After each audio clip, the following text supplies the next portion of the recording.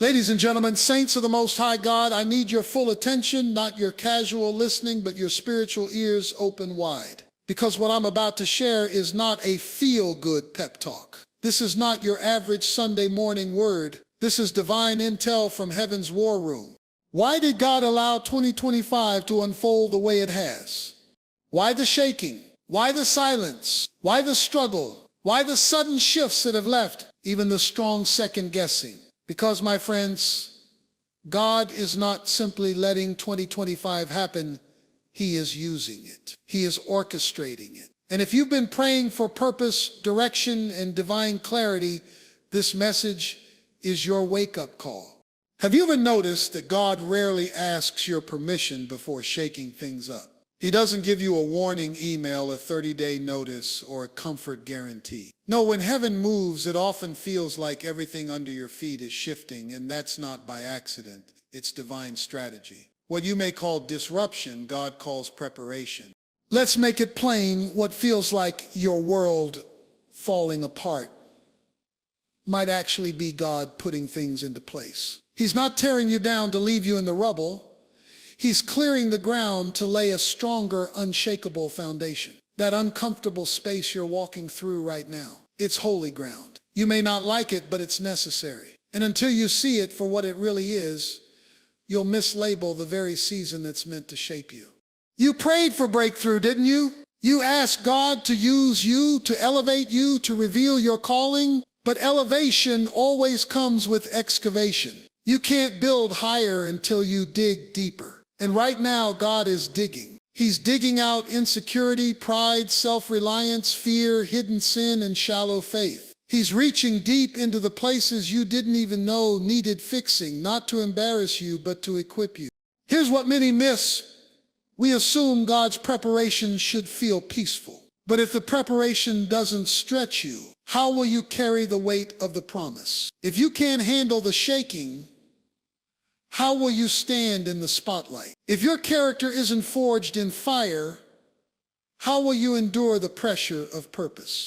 God's not trying to destroy your life. He's trying to destroy the lies you've built your life on. That job you idolized, that relationship you made your identity, that version of success you thought would fulfill you, He's letting those crumble, not out of cruelty, but out of mercy. Because He knows what you don't. If He gave you the promise while you were still clinging to your crutches, the very thing meant to bless you would break you.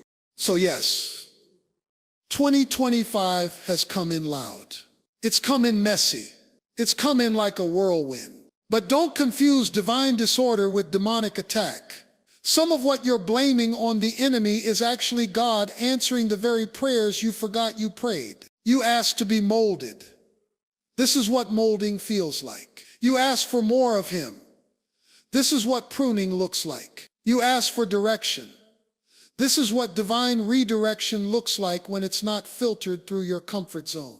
You might feel like you're losing everything, but heaven sees it differently. Heaven sees you gaining clarity, gaining strength, gaining dependence, gaining depth. You are not being punished. You are being positioned. And not just for a blessing, for an assignment.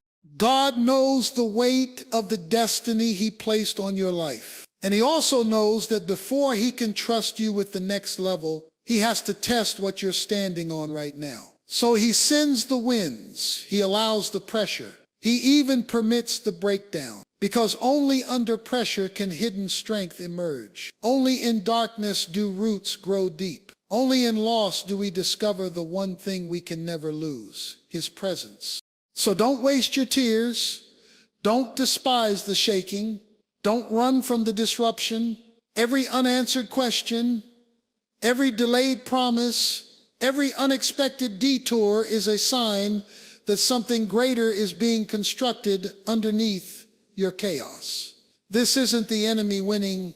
This is God working behind the scenes, laying down steel beams of faith, drilling deep wells of endurance, and preparing you to carry the glory you asked for before you even knew what it would cost.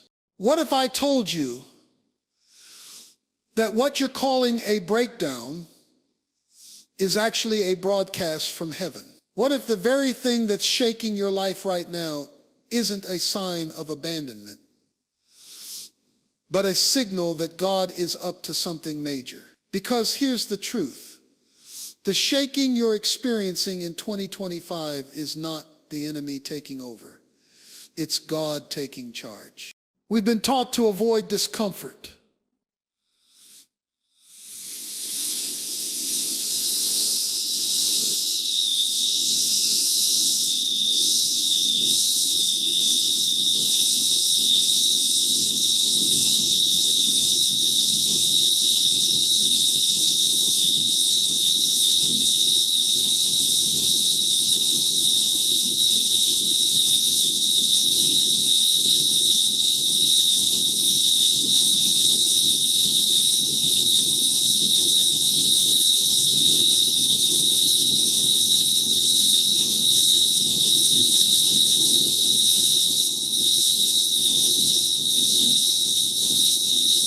What if the ground trembling under your feet is God's way of realigning what's been out of place for far too long?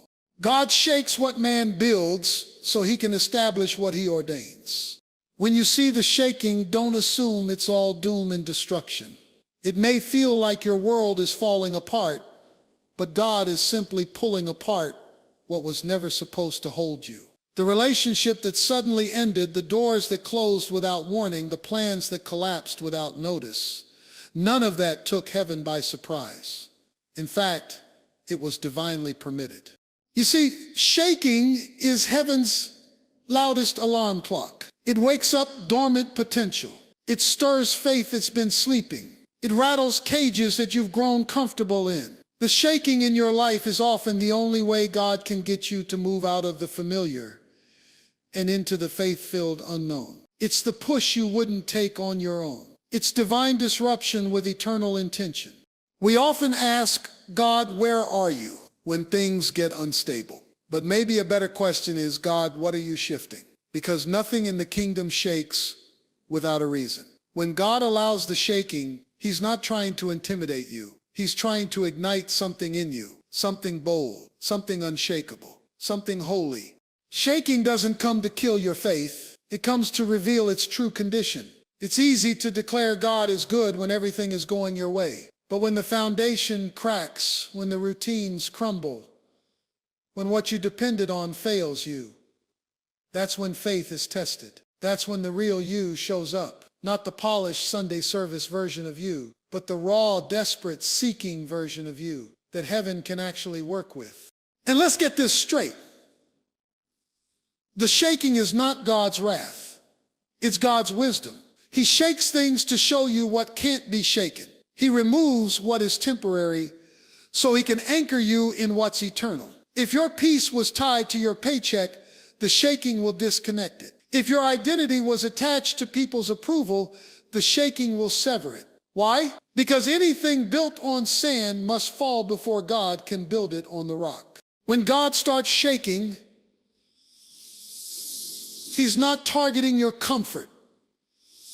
He's targeting your calling. You were never meant to coast through life. You were meant to carry glory. But glory is weighty, and only those whose roots are deep can hold that kind of weight without crumbling. So God allows storms, tremors, unexpected turns, not to punish you, but to prepare you to hold what others can't. The shaking is also strategic. It reveals who's really with you. When the winds blow and the dust rises, you'll quickly see who's planted and who was just passing through. Some people can't go with you into the next season. Some connections were only for convenience, not covenant. The shaking will separate. The shaking will clarify. The shaking will expose what was hidden in plain sight. Don't just endure the shaking, examine it. Ask God what he's revealing. Ask what he's removing. Ask what he's replacing. Because while the world sees instability, heaven sees transition. While others panic, God's people discern. And when you discern the shaking, you stop running from it, and you start walking through it with holy authority. What if the fire wasn't your enemy, but your escort? What if the very thing you've been begging God to remove is the exact thing he's using to reveal who you really are. We've been taught to fear the fire, to run from it, to pray against it. But in the kingdom, fire is not your finish line, it's your refining line. You're not going to be consumed by this flame. You're going to be changed by it. God didn't promise you a life free from fire. He promised you that when you walk through it, you won't be alone. The flames may get hot, but they're never out of his control. The heat may rise, but it's not meant to harm you. It's meant to heal what's been hidden. That pain you're feeling, that pressure you're under, that's not a sign of failure. That's the process of refining. That's how gold is made. We love the idea of being chosen. We love the prophecy. We love the oil. But what we don't talk about enough is the process required to carry what we've been called to. Everyone wants the crown, but nobody volunteers for the furnace. Everyone wants the platform, but few are willing to endure the purification that precedes it. But make no mistake, God uses fire to refine, not to ruin. In 2025, many of us have been feeling the intensity of the heat. Life's been testing you in ways you didn't see coming. The betrayal, the closed doors, the disappointment, the inner battle. And in those moments, it's easy to cry out, "Why, God? Why now?" But could it be that the fire is not the delay, it's the doorway? Could it be that the pain is not the punishment, it's the preparation? Refining fire burns away what can't go with you into your next. It exposes what you've hidden behind your gift. It strips away performance, pride, and pretense. The fire doesn't care about your image. It's after your integrity. And before God promotes you publicly, he will always refine you privately. Not because he's cruel, but because he loves you too much to let you go into the next season carrying weight that could collapse you. You see, fire reveals what comfort conceals. As long as everything is smooth, you can hide your fears, your doubts, your idols. But when the fire shows up, masks melt, pretenses fall, your faith is exposed. It's no longer about what you say with your lips. It's about what you trust with your heart. Fire will test what your talent can't cover. And here's the beautiful, raw, humbling truth. Only what is pure survives the fire. Everything fake, shallow, and temporary gets burned away.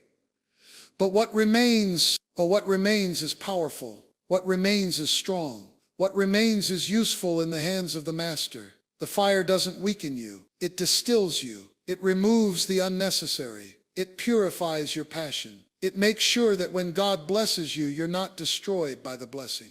This is where real transformation happens, not on the mountaintop, but in the fire. Not in applause, but in adversity.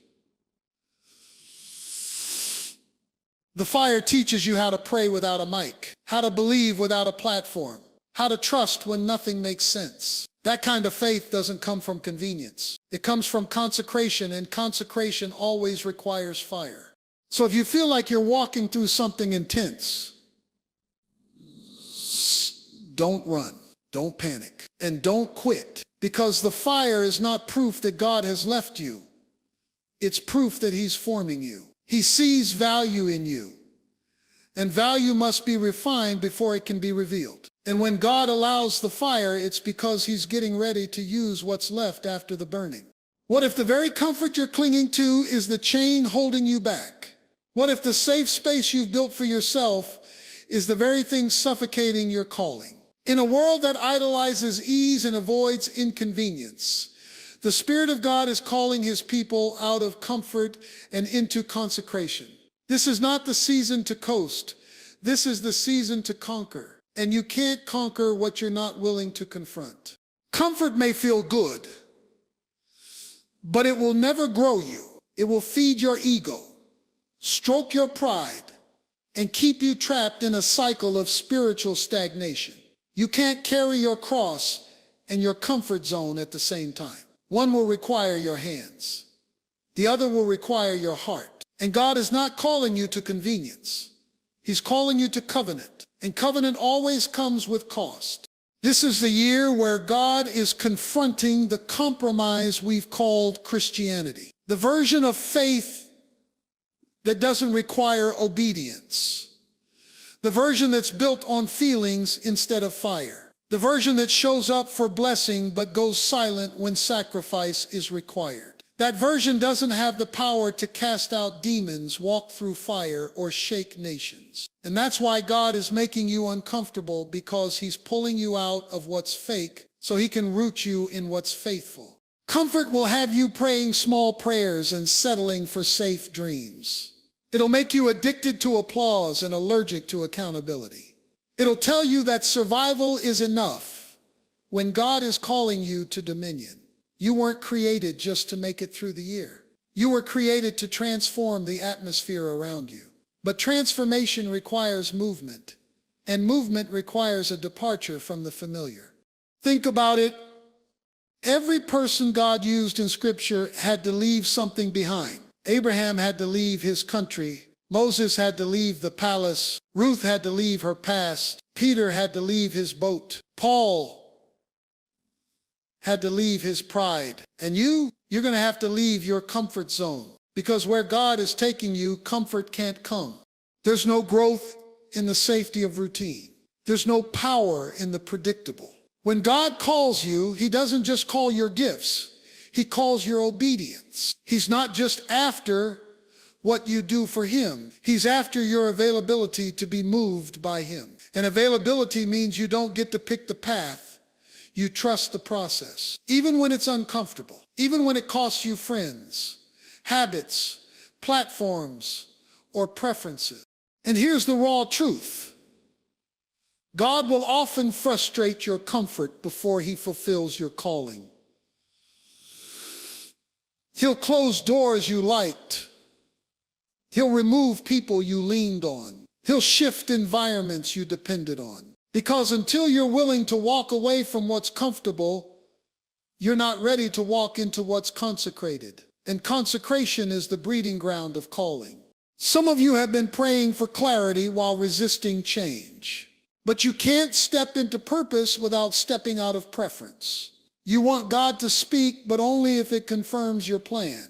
You want direction, but only if it doesn't disturb your routine. But God's voice doesn't echo in comfort, it thunders in surrender. And if you're serious about purpose, you'll have to get uncomfortable with comfort. The truth is, destiny demands discomfort. Faith doesn't flourish in the cozy, it's forged in the unknown. The next level won't wait for you to feel ready. God doesn't need your perfection. He needs your permission to stretch you, to challenge you, to push you beyond what you thought you could handle. Because the version of you that can carry what he's about to release won't be born in comfort. It'll be forged in obedience. What if the silence in your life is not God ignoring you, but God inviting you? What if the quiet places you've been resenting are the very spaces where your next level is being birthed? We live in a generation addicted to noise. Scrolling, swiping, streaming, always connected, always distracted. But there comes a point where God has to mute the world around you to magnify the voice within you. And when God removes the noise, it's never random. It's always refining. Some of the most powerful seasons in your life will begin with separation. Not because God is mad at you, but because he wants to speak to you. And often the only way to truly hear the whisper of God is to walk through the wilderness of silence. When God is getting ready to do something in you that will shake what's around you, he'll first lead you into a place where he becomes your only option, your only voice, and your only source. When the noise dies down, your true voice starts rising up. Your identity isn't found in the echo of people's applause or the repetition of routine. It's found in the stillness, in the surrender, in the sacred quiet. And let's be honest, silence can be scary. Because when the noise is gone, the things we've been using to avoid ourselves vanish too. But it's in that holy quiet that God begins to pull the covers off your calling and show you who you really are, without the filter, without the performance, and without the fear. In 2025, God is not just raising up people with talent, he's raising up people with truth. And truth is not born in the spotlight. Truth is developed in the silence, in the hidden place, in the cave where no one's clapping, in the midnight prayers that no one hears, in the journal entries full of questions and tears. That's where God strengthens your voice. That's where God forges your boldness. That's where your power is quietly constructed. Some of the noise that left your life didn't walk out. It was removed strategically, lovingly, intentionally, because God saw that you were being drained by what you called connection. He saw the voices that were feeding your insecurity. He saw the rhythms that were numbing your spirit. And in his mercy, he stripped the noise not to isolate you, but to insulate you. There's a difference between isolation and insulation. Isolation feels like abandonment. Insulation is divine protection. You're not being cut off, you're being covered. You're not being buried, you're being planted. And anything planted in silence will grow roots that can weather any storm. So while others see your quiet season as a pause, heaven sees it as preparation. God is not late. God is not absent. He is intentionally quiet so your soul can finally become intimately tuned. When God removes the noise, he reveals your voice. Not the voice you learned to use for survival. Not the voice you crafted to sound acceptable, but the anointed voice. The voice that carries authority. The voice that shatters chains. The voice that speaks and causes demons to tremble. Not because it's loud, but because it's real. And you don't find that voice in popularity. You find it in presence. We say we want to be used by God, but we forget that his preparation often starts in silence. Before David ruled, he wrote psalms in caves. Before Joseph wore a crown, he sat forgotten in prison. Before Jesus launched into public ministry, he fasted alone in the wilderness. Silence is not delay, it's divine development. It's the place where heaven shapes your sound and your soul gets synced with his spirit. Don't resent the silence. It's not proof you're forgotten. It's proof that you're being forged.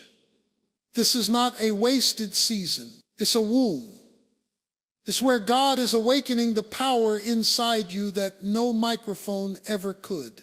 What if you weren't put in 2025 just to survive it, but to lead in it? What if everything you've gone through, everything you've endured, everything that tried to take you out was actually training you for a divine assignment? You see, there's a lie that's been circulating, one that says you're supposed to just hold on, just make it, just get through. But the truth is, you were never called to survive the season. You were commissioned to shift it.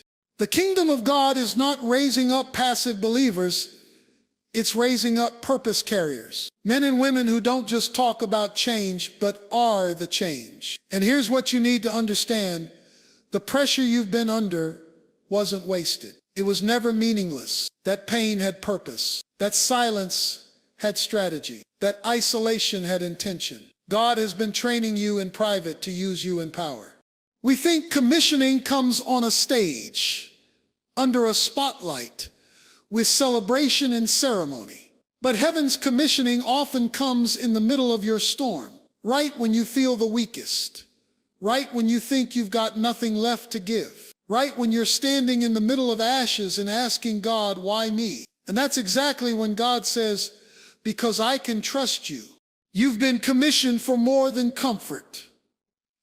You've been called to confront darkness, to speak truth, to walk into rooms that intimidate others and release the presence of God. And let's be honest, this level of calling doesn't come without cost. There's a price for this kind of authority. It requires surrender, obedience, and a willingness to be misunderstood. But that's what separates the crowd from the called. That's what separates the fans from the fire carriers. God didn't allow you to walk through hell for you to come out silent. He didn't let the enemy throw everything at you just so you could hide your oil. You were anointed in adversity. And now heaven is placing a mandate on your life. You're not just saved, you're sent. You're not just healed, you're deployed. And the call on your life isn't waiting for things to be easy, It's waiting for you to say yes. This isn't the time to second guess yourself. This is not the time to retreat or rehearse your excuses. This is the time to rise, because there are people tied to your obedience.